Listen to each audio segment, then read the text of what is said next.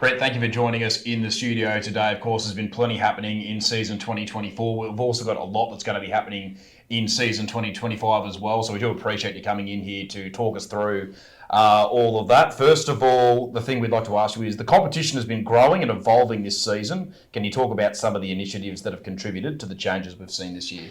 Yeah, sure. Look, and firstly, what I'd like to say to yourself Yep. and Trent D'Alton and obviously Steph from our media team, thanks for all the work you're doing.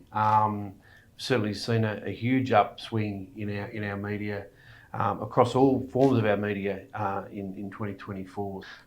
There's so much great stuff that happens in the Outer East, and in my first 12 months, just walking around, visiting games, grounds, understanding the competition, it was a major focus for us to make certain we tell that story. So there's no doubt that the media arm's been brilliant for us. We fleshed out our club development role, which is terrific. So Matty Goff started in there. But some of the initiatives that have been really, really important for us this year is the growth in female football is going to be probably one of our major increases and sources of great participants into the future. Under 10 girls competition that started this year, started with 4. We were going to attempt to get 5, but we didn't quite get 5 up. But, thanks to the clubs who got those under 10 girls up. But the relationships across AFL Vic and also Netball Victoria, really important for us around the programs that they roll out. None more so than umpiring. I think Jason McNeese and his team's done a terrific job, but it's on the back of the work that he and Aaron Gillard have done in working with AFL Victoria in the programs that they're rolling out. Umpiring recruiting is one thing, retention is another, but we've got really good numbers this year, so that's another thing how we've certainly evolved from this time last year where we're up to. Some of the wonderful initiatives we've had this year, just recognising our volunteers. The coaches of the month, the volunteers of the month. And we're looking to expand that into the future. But, we've nominated all those up to the AFL Victoria Awards nights as well. So for us, those little initiatives that help build our game and bring our game to the people. And obviously for us, telling the stories of our people at our clubs it's not about us here at administration and the management team. It's certainly about the people who put the game on week in, week out, volunteers, players, coaches and umpires. There's still plenty of exciting things coming up before the end of this year. What is still on the horizon as we head towards the back end of the season? Well, I think immediately the very first one we have is our Women of the Outer East networking and leadership lunch out at Rochford. Brilliant day, brilliant afternoon. Invigorated it last year. Had a really great response, and this year we've sent it out. It's free to all of our clubs. Our clubs will be in attendance. Yarra Valley Water and Eastern Health, major partners of both for us on the day. So that's a really exciting one that's coming up, the first event season. Yep. And then we roll to our junior finals. The junior finals start on the 4th of August, Sunday the 4th of August. Exciting times for all the kids and their parents to get out there and have some finals. Last round this weekend, so good luck to everyone out there if it is your last weekend of footy. Then our women's finals kick off on the 10th. Really exciting this year. They're on Saturdays. And then our standalone grand final, women's grand finals on the 25th, Sunday the 25th, down here at Kilsyth. So there'll be more to come around that. And then our Division 1 and Premier Division finals start on the 24th and the 31st. So big finals action. A couple of medal nights thrown in there on the 9th and the 16th out at Rochford again. So we want a quick throw to Rochford. Look, a couple of other things that are rolling around. An intermediate netball coaches course on the Sunday the 4th of August, which is a really important one. Women's Coaching Academy, 4 sessions. Lauren Moorcroft, Eastern Rangers coach of the boys, or head coach of the boys, I should say, and our Outer East coaching ambassador, I might add. LJ's a champion. She's looking after us that. A number of coaches nights for juniors and women's rolling in just before we hit finals. So plenty on, mate. Yep. Absolutely. And we've got, this is our time to shine now. Really looking forward to it. You mentioned the increase in staff, but can you elaborate on the reasons the club development role was created and why the support Matty is providing and will continue to provide is integral to the success of our competition? Yeah, for sure. Look, AFL Victoria have got a heavy emphasis on club support, and we need to be able to do that. Anything from things like club grants, wellbeing, mental health programs that can be rolled out, health and wellbeing, umpiring, as I've touched on before, supporting clubs with women and girls programs, the under 10 girls competition developed with that. That doesn't happen without AFL Victoria and Matty working really hard together. Supporting child safety and safeguarding children, it's law in Victoria. We need to help, and there's a huge compliance piece that goes with that. So to provide a resource to our clubs, for our clubs, that doesn't cost them anything, is directly support. So Maddie's here full-time at Club Beck and Call to be able to support them in whatever aspect, and she's been terrific at it. I use one example, the Inclusive Club program. She ran out at Alinda Ferny Creek Footy Netball Club back end of May. It was brilliant. 5 or 6 clubs attended. Women and girls charters started to be put into place.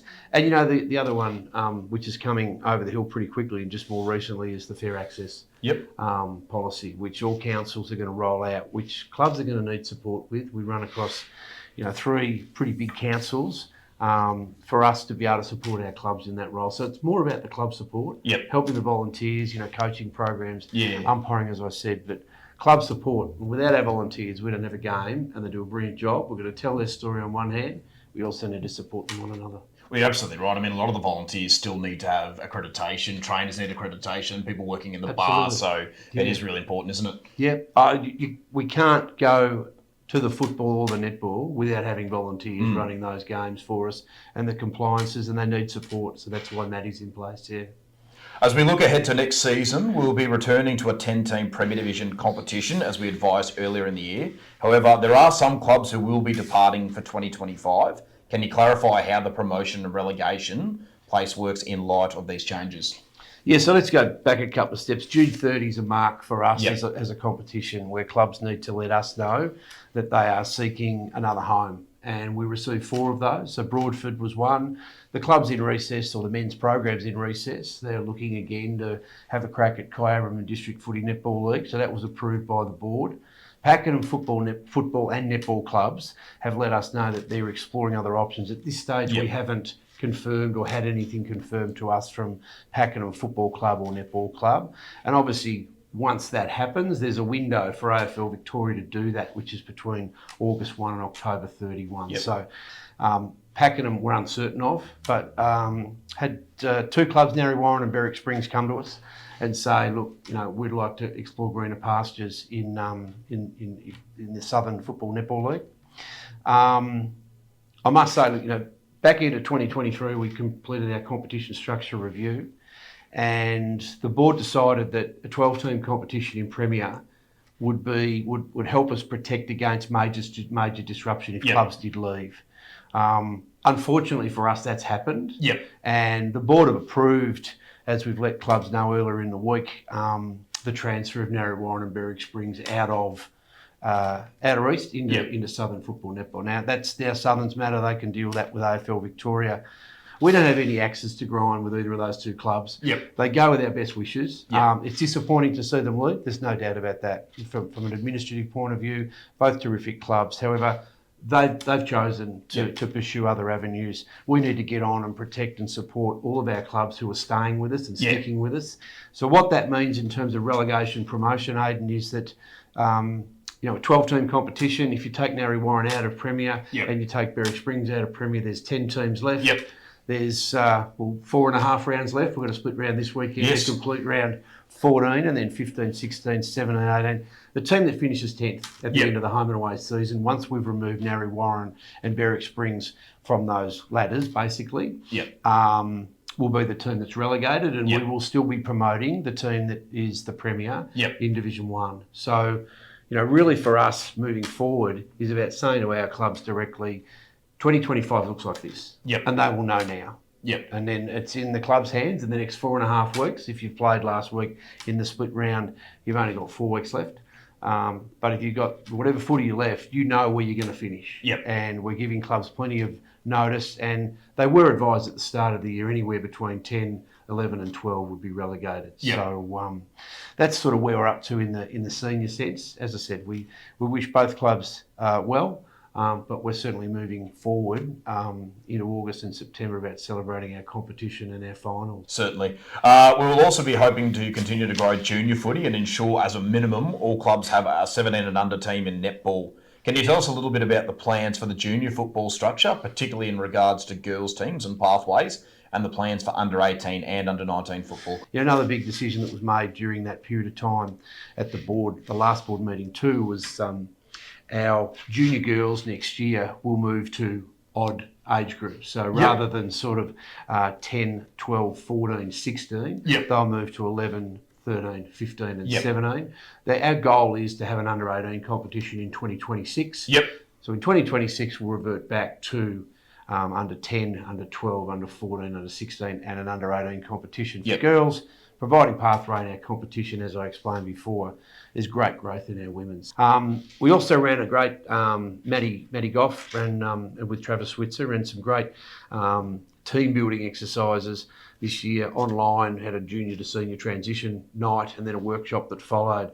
What came from that is the junior clubs said to us, we need decisions sooner rather than later. So in July, we're telling them next year what our competition will look like. And also for the senior clubs, they said the same. We had under 18s this year and under 19s. We tried to patch something together. We've made the decision based on numbers. It'll be an under 18 competition next year. So we'll have steady flow through in our boys competition. And as I said, in 2026, we'll have an under 18 girls and under 18 boys playing in a senior program for our clubs. And that's our potential, that's our pathway, and that's where we want to land, mate. So really a couple of exciting things that have come out of the board meeting. They're really operational, but are really important for our clubs to be able to say, terrific, let's get on with planning for 2025 and celebrate what's been a terrific 2024.